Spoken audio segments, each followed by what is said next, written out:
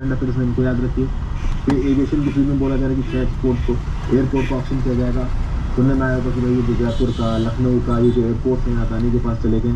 बहुत सारे और एयरपोर्ट्स हैं जिनको यहाँ पे प्राइवेटाइज किया जाएगा। देखिए, एयरपोर्ट प्राइवेटाइज होता है ना, तो पूरा का पूरा एयरपोर्ट प्राइवेटाइज नहीं होता। जैसे एयर ट्रैफिक कंट्रोल हो गया, ATC हो गया, इस प्रकार की चीज़ें आपको प्राइवेटाइज नहीं होती।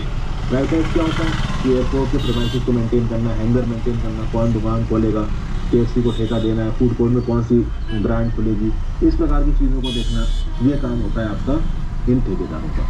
मिनरल्स की बात की जाए तो कोल और कॉमर्शियल माइनिंग के ऊपर गवर्नमेंट मोनोपोली को हटाया जा रहा है। प्राइवेट सेक्टर को अलाउ किया जाए जो 50 कोल ब्लॉक्स में बिडिंग कर सके।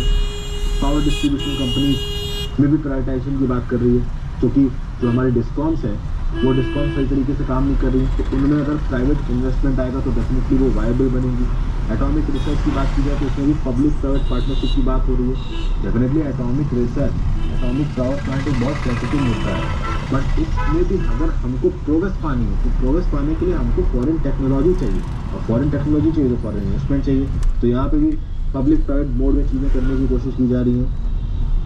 इरेडिएशन का प्रयोग करके फूड प्रोसेसिंग करना, टेक्नोलॉजी डेवलपमेंट और इंक्यूबेशन सेंटर्स खोलना, एक प्रॉपर स्टार्टअप इकोसिस्टम को हमारे यहाँ पे रिपेयर करना, ये सब करने की कोशिश की जा रही है। फिर ये जो रमेश सिंह की गिटारी एंट्री मार गई इंडियन इंफ्रास्ट्रक्चर में, और इंडियन इंफ्रास्ट्रक्चर का एक इन्होंने इंट्रो दिया है कि इंफ्रास्ट्रक्चर लाइफ लाइन है। चाहे प्राइमरी सेक्टर हो, चाहे सेकेंडरी सेक्टर हो, चाहे टर्शरी सेक्टर हो, इंफ्रास्ट्रक्चर एक सूटेबल लेवल का होना बहुत ज़्यादा ज़रूरी है।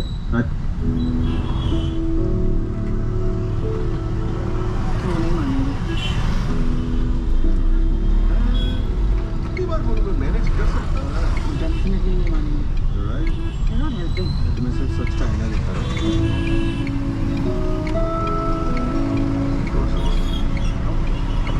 जो कि ये दिया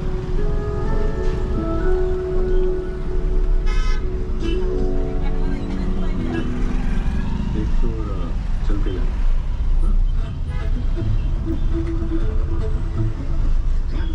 दो दिन की बात है, बस समझ। चाहे टर्शरी सेक्टर हो, इंफ्रास्ट्रक्चर एक सूटेबल लेवल का होना बहुत ज़्यादा ज़रूरी है। अच्छा इंफ्रास्ट्रक्चर होगा तभी हम गुड्स और सर्विसेज को एफिशिएंट तरीके से हमारी इकोनॉमी में प्रोड्यूस कर पाएंगे, अपने पावर, ट्रांसपोर्ट और कम्युनिकेशन नेटवर्क को स्ट्रॉन्ग कर पाएंगे, water supply, sewerage, housing, urban amenities को स्ट्रॉन्ग कर पाएंगे। हमारा जो इंफ्रास्ट्रक्चर है, अगर आप देखो तो 3 सेक्टर्स में इंफ्रास्ट्रक्चर बहुत ज़रूरी है, पावर में, ट्रांसपोर्टेशन में और कम्युनिकेशन में। इन तीनों सेक्टर्स में हम लोग इंफ्रास्ट्रक्चर को इम्प्रूव करने की कोशिश कर रहे हैं। इंफ्रास्ट्रक्चर को कैसे इम्प्रूव किया गया, तो भाई पावर सेक्टर को रिफॉर्म किया गया, उदय स्कीम लाई गई, रेलवे फेस को रैशनलाइज करना। अब वहाँ पे सब करंट अफेयर्स की स्कीमें आ जाएंगी। पावर सेक्टर को इम्प्रूव करने के लिए अभी रिसेंटली पावर सेक्टर में एक स्कीम लाई गई है, 2015 में उदय स्कीम लाई गई थी। इंफ्रास्ट्रक्चर को बनाने के लिए नेशनल इंफ्रास्ट्रक्चर पाइपलाइन लाई गई है, उसके बारे में भी आगे इस चैप्टर में बात होगी। तो यहाँ पे मैं ऑफिशियली यहाँ पे चीज़ों को ख़त्म कर रहा हूँ। अगले चैप्टर में हम लोग पावर और उदय स्कीम से चालू करेंगे। हालांकि बहुत बेसिक आइडिया दूंगा मैं उसका, क्योंकि बहुत पुराने यहाँ पे डाटा दिए जा रहे हैं। पुराने इन द सेंस कि देखो, अब हमको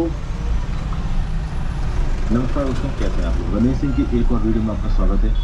कोशिश करूंगा चैप्टर नंबर 9 इस वीडियो में खत्म हो जाए। हालांकि बहुत सारा चैप्टर बचा हुआ है, तो अगर इस वीडियो में खत्म नहीं हुआ तो एक और वीडियो में खत्म हो जाएगा।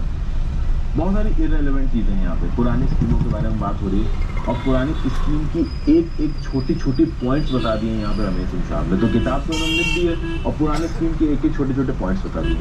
इसीलिए मैं बोलता हूँ रमेश सिंह को पूरा नहीं पढ़ना है, आपको सिलेक्टेड पढ़ना है। तो इंफ्रास्ट्रक्चर का इंट्रोडक्शन मैंने आपको पिछली वीडियो में बताया था। अब हम बात करेंगे ऑफिशियल आइडियोलॉजी ऑफ इंफ्रास्ट्रक्चर। देखिए, क्वालिटी और एफिशिएंट इंफ्रास्ट्रक्चर सर्विसेज प्रोवाइड करना ये हमारी देश की इकोनॉमी के लिए बहुत ज़्यादा ज़रूरी है। इस बात पे सब लोग एग्री करेंगे। भाई ये कोई नहीं बोलेगा कि इंफ्रास्ट्रक्चर ना बनाओ, तो इंफ्रास्ट्रक्चर तो बनाना है, लेकिन बनाएगा तो इंफ्रास्ट्रक्चर के लिए अगर आप पूरी तरीके से सरकार पे डिपेंडेंट हैं तो वो भी गलत है, और अगर इंफ्रास्ट्रक्चर के लिए आप पूरी तरीके से प्राइवेट कंपनीज पे डिपेंडेंट है तो वो भी गलत है। सीधी बात है, सरकार पे डिपेंडेंट होना क्यों नहीं सही है, क्योंकि ऑब्वियसली बात है सरकार के पास उस लेवल का पैसा नहीं है कि वो इन्वेस्ट कर सके, ना ही उस लेवल की टेक्निकल नो हाउ है। समझ गया ना आप बात को। प्राइवेट जो कंपनीज होती हैं उनके पास प्रॉपर R&D टीम होती है, उनके पास टेक्नोलॉजी होती है, उनके पास पैसा होता है।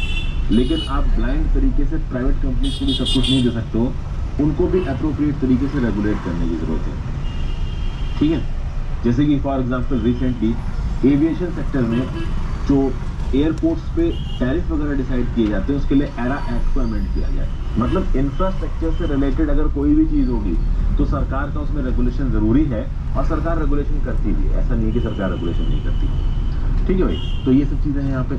अब बात ये है कि इंडिया अपने पब्लिक इन्वेस्टमेंट को बढ़ा रहा है, और पब्लिक इन्वेस्टमेंट को बढ़ाने के लिए दोनों को यहाँ पे मिलना पड़ेगा, प्राइवेट सेक्टर को और सरकार को यहाँ पे मिलना पड़ेगा।